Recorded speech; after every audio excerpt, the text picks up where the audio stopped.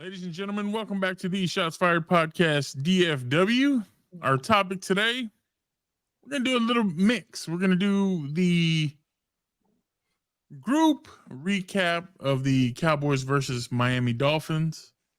And then we're going to get into our preview of the Cowboys versus the Lions, aka the Jimmy Johnson gets inducted into the Cowboys Ring of Honor game. So let's get into it, boys. You know my opinion for the most part on the recap.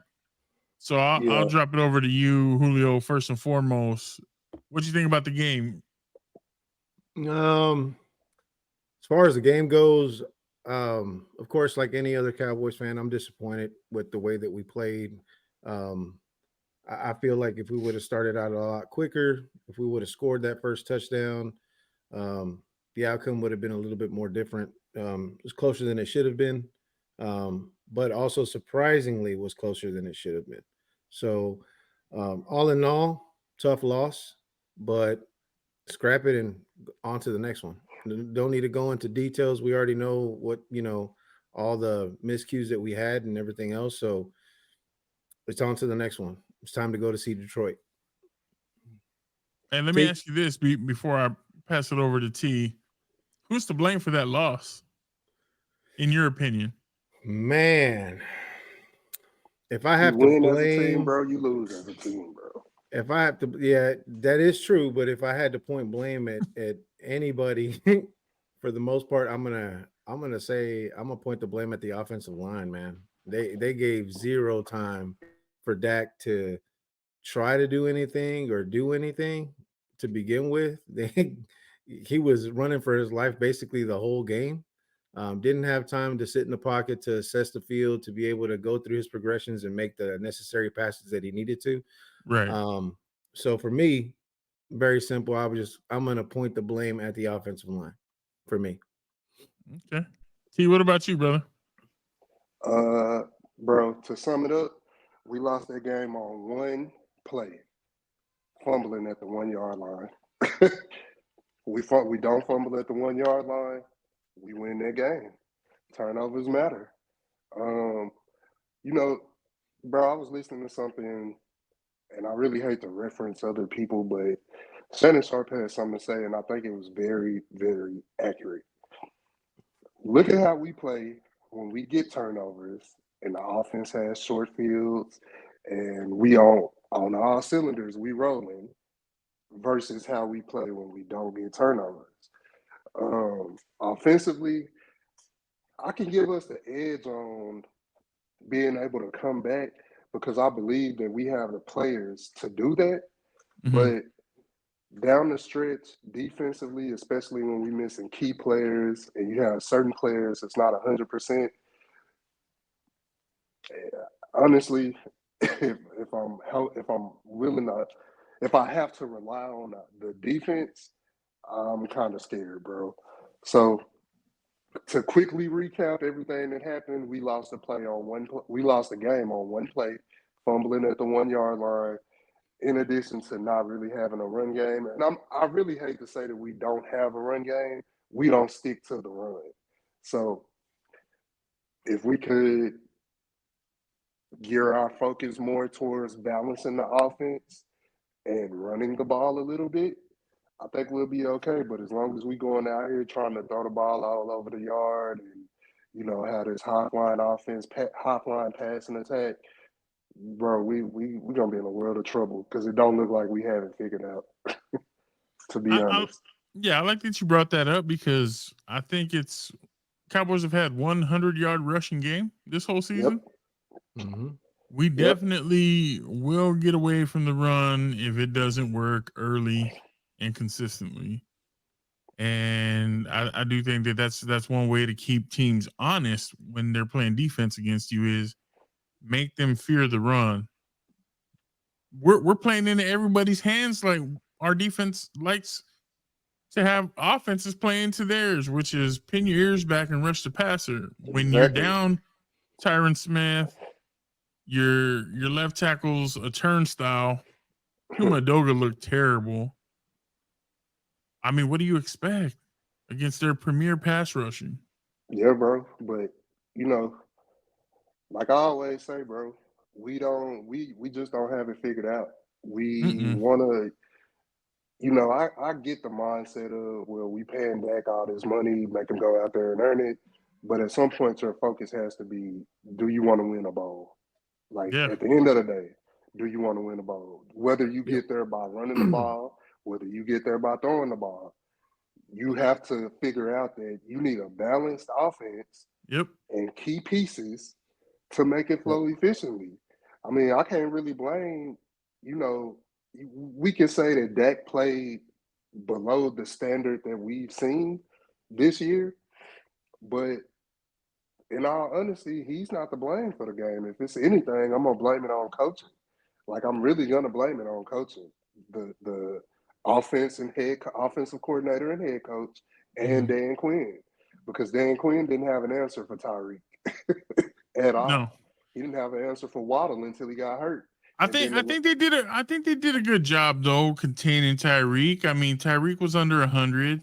bro, Um, he dropped the ball that would have put him over he 100. dropped a big one for And sure. it wasn't due to anything that the defense did because he was wide open.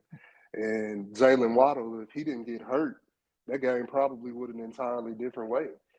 And then lastly, before I pass it over to you, bro, the penalties, bro. They either coaching it or condoning it. Seriously. We consistently shoot ourselves in the foot, and it's not even funny. And especially when it matters. Especially like dumb, undisciplined, stupid football penalties. Yeah, Oh, man. yeah. Because it really looked like they was like, let's just go out here and try to get back to Dallas healthy because we Yeah. already in the playoffs. Yep. Yep. So, And that kind of that was a question that I asked you was, do you think that Tyron's really hurt? Do you think we're resting him now that we know? no, I think they Um, resting him. I think they're resting him as Definitely well. think they resting him. The other thing that I kind of floated out there, conspiracy theory, because you mentioned last week that you liked a good conspiracy theory. My conspiracy theory was Jerry wants the 5 because he doesn't want to have to face San Fran any sooner than he has to. Um, you would think he'd be trying to get the 2, but I feel like he thinks Philly's road to the 2 is going to be easier than ours. And if Philly messes around and loses another game, you gotta have damn Detroit. Detroit's knocking for that number 2 spot. So Mhm. I mean, bro, again, the only team that I'm really like I want to put off on seeing is San Fran. Everybody else, hey, I'm Cowboys are not right really there with scared you. of, bro. Yeah, Cowboys are I right there ain't, with you. They don't want to see him. like Detroit, and I know we about to go into this, but I feel good about playing Detroit, bro, because Detroit just reminds me of Dallas. Honestly, it's not that they're this amazing team that they look unbeatable. That like they don't look like the 49ers. Are they a good? Are they a good team? Hell Yeah. yeah. Can they play football? Hell yeah. Yes. Jared Goff has he had a resurgence as of this year? It appears so. He's seen success in Detroit. But I'm Yep. definitely not afraid to go play them on Saturday. So here's my thing about Detroit that scares me. Detroit runs the ball Mm-hmm.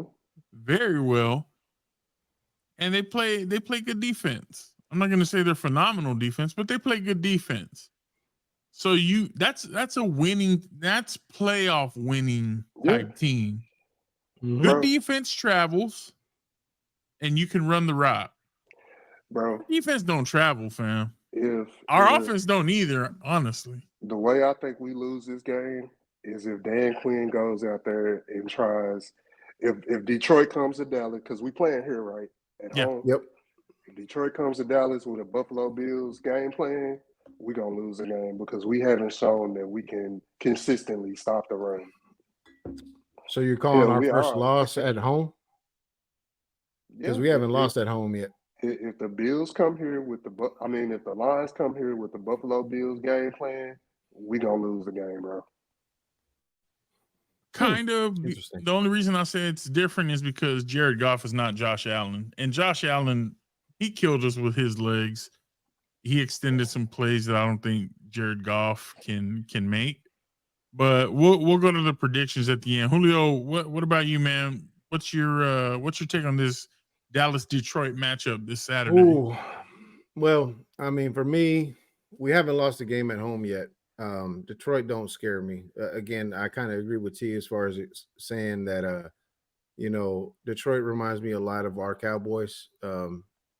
Sometimes very inconsistent, whether it be the offense or the defense.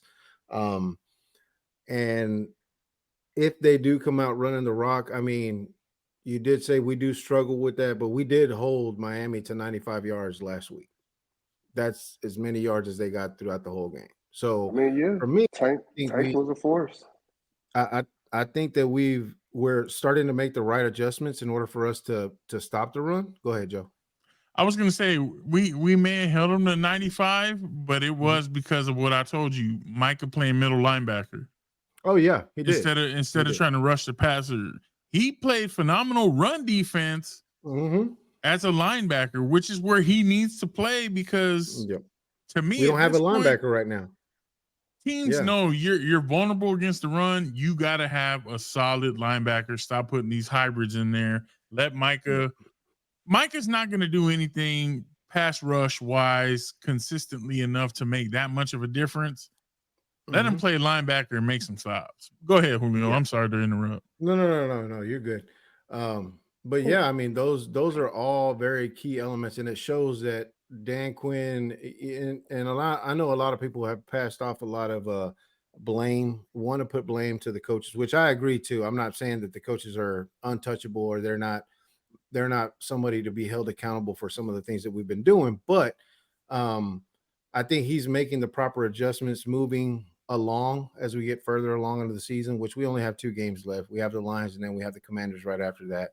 But I think that they are making proper adjustments on the defensive side of the ball to be able to keep up with teams. Again, I know that you just said, T, that we did kind of hold, or not hold, but I guess we limited the amount of big plays that Miami would have made. Waddle was a key thing that, if he wouldn't have gotten hurt, I agree with you.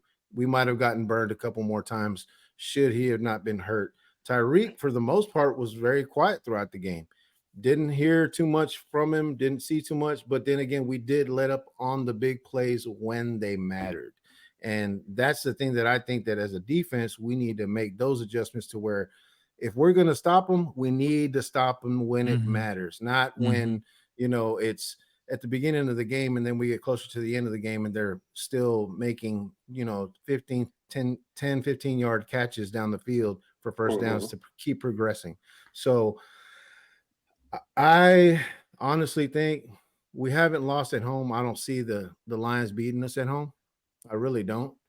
And after losses like this, me and Joe talked about this previously before we started the podcast, was that I wouldn't be surprised. I'm not saying that it's going to happen, but I wouldn't be surprised if Dallas drops a 40 burger on them and keeps them under 10, just because that's the way we are. One game we'll be sitting there at 20-22. The next game, for some weird, unheard reason or unknown reason, we come back out and then we end up beating the team 40-13, and then all of a sudden you have everybody talking about, oh well, Detroit wasn't that big of a threat. They're just some other average team that that the Cowboys literally got by the skin of their teeth, even though we whooped their ass by 40. But it is what it is. So I mean, bro, I feel I rest all my of that case and put my foot down.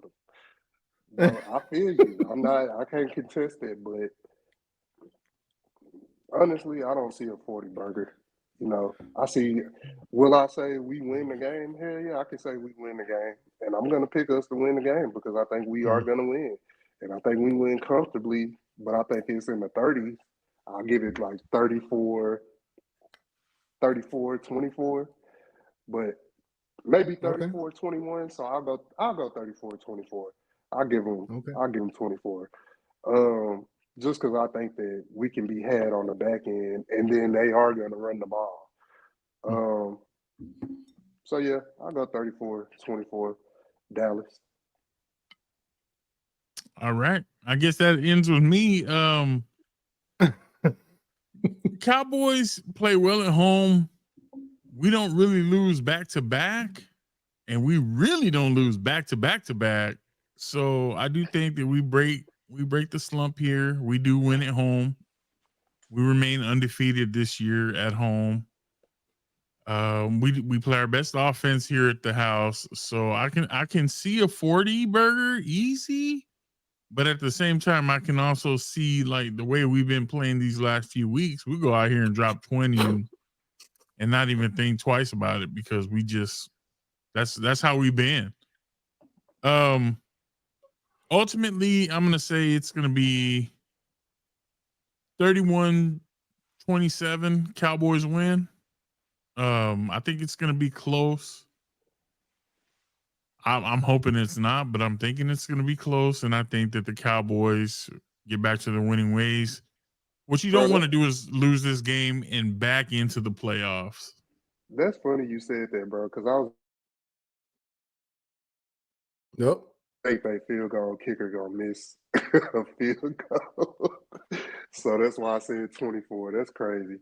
I'm just saying. So it'll be a good game for sure. I think there's going to be a lot of hype and momentum off of Jimmy Johnson going into the Ring of Honor, and I think they're going to want to do it as a tribute, but we'll see. So with that being said, guys, thank you everybody for taking the time to join us tonight.